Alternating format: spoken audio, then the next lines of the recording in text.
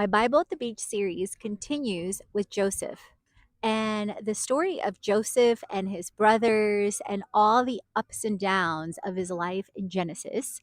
So, one of the pivotal points you find in Genesis is after Joseph has told his brothers about his dream, within like everything that he's dreaming, and not realizing in his point in life uh, who to tell his dreams about, and realizing that the dreams are not for now. He tells his brothers, and they laugh and ridicule him, end up throwing him in a pit. Some of the brothers want to kill him. Then one of the brothers leaves and comes back to find that they have sold him, and they make it seem as if he's killed, like end up covering the robe in blood. His father mourns for him deeply. He thinks he's dead. He's then sold to Potiphar, where God still gives him favor.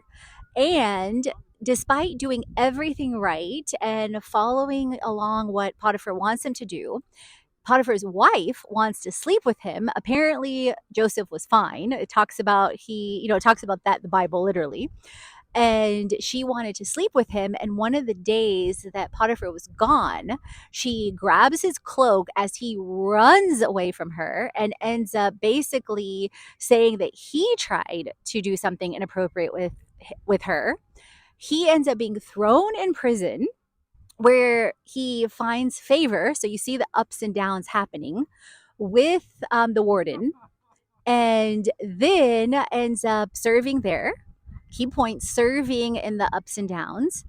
Then he ends up meeting the cupbearer and the baker from the Pharaoh's palace, and he interprets a dream for them. And they promise to tell the Pharaoh about him, and the one that's still alive ends up not telling the Pharaoh about Joseph for over 2 years, until finally, when the Pharaoh has dreams, until finally, when the Pharaoh has dreams that nobody else in all the land of Egypt can interpret for him. And then I believe it was the cupbearer, because I believe the baker was the one that was killed. Forgive me if I have them confused. That then he tells Pharaoh, "Forgive me, there was someone in the prison that interpreted our dreams, and perhaps he can help." Joseph ends up amazingly interpreting divinely, and he tells him that God's interpreting the dream through him to Pharaoh, telling him about 7 years of feast and famine and exactly what to do and who he should get to help. Pharaoh ultimately ends up putting him second in command in Egypt, and Joseph executes the plan beautifully, ends up being reunited with his family when they come back to Egypt for help, or they come to Egypt for help. At the same time, this story isn't without its consequences, so to speak, of the subsequent 400 years of Hebrew slaves in Egypt.